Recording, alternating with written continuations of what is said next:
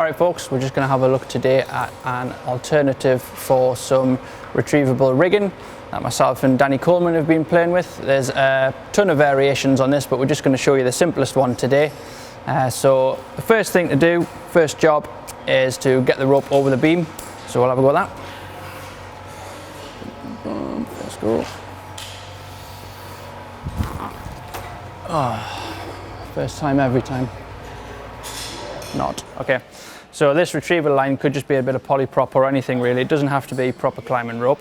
This is actually going to be our working line. I've clipped the middle of the rope to our ground anchors, and what we want to try and do is pull a loop of that back over the beam away from the ground anchors. That's the way it tends to work best. It works neatest when you do it like that. So just clip that in there, and then we'll pull this loop back over the beam. Try and keep the twists out of it as you go. Don't let it twist up, so that we end up with a clean loop going up and coming back down. Yeah.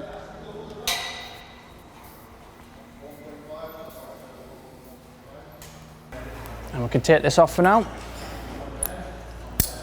So the good thing about this method is it doesn't need any special gear. It's based on a cambion saver, which is what a lot of arborists use. Once we've got the loop down, we take a couple of wire strops with a carabiner on each end of both strops. We'll clip the strops into the bottom of the loop that we've pulled over, like that, and then the other ends simply clip around the other two ropes. So it has to be the side of the loop which isn't going down to the ground anchors.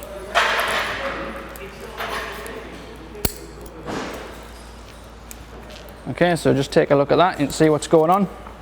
Okay, as a final thing, before we send it back over, just clip your bit of blue polyprop or whatever it is around these two carabiners here, and that means that we can pull it back over the beam once we've sent it up.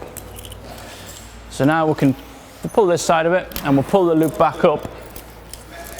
What's going to happen is the strops are going to flip over the beam, and all the weight will be on the strops over the beam, like that. Both ropes are going through all of the carabiners, and essentially what we've got is a pull through which ends up being rig for rescue. So all we need to do now, all of this excess rope here back through the carabiners.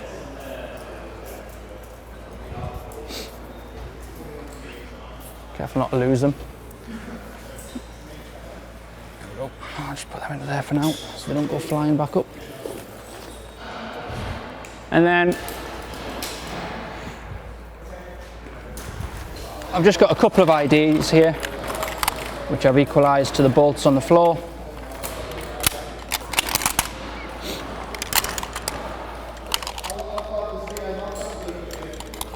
Whoops.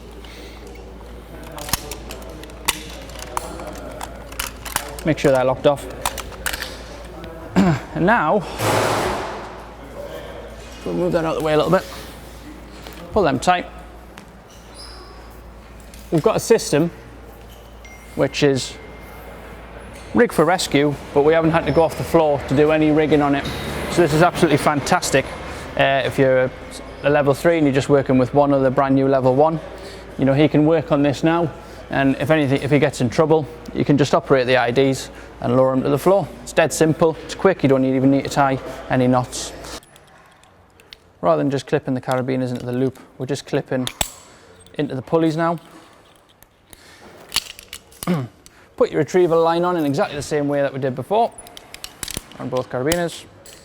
And then we'll send it back over in exactly the same way as well. And it all works exactly the same, but you just end up with having a couple of pulleys at the top, which reduces the friction and enables you to haul on it a bit.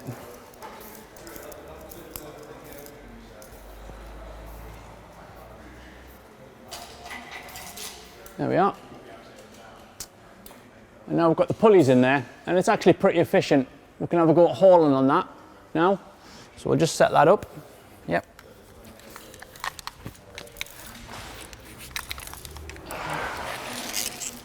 So it's a bit harder work than normal, but it is possible to haul on. You wouldn't want to do it over a massive distance, but certainly if you were just bringing someone a short way back up to a safe platform, it'll definitely work.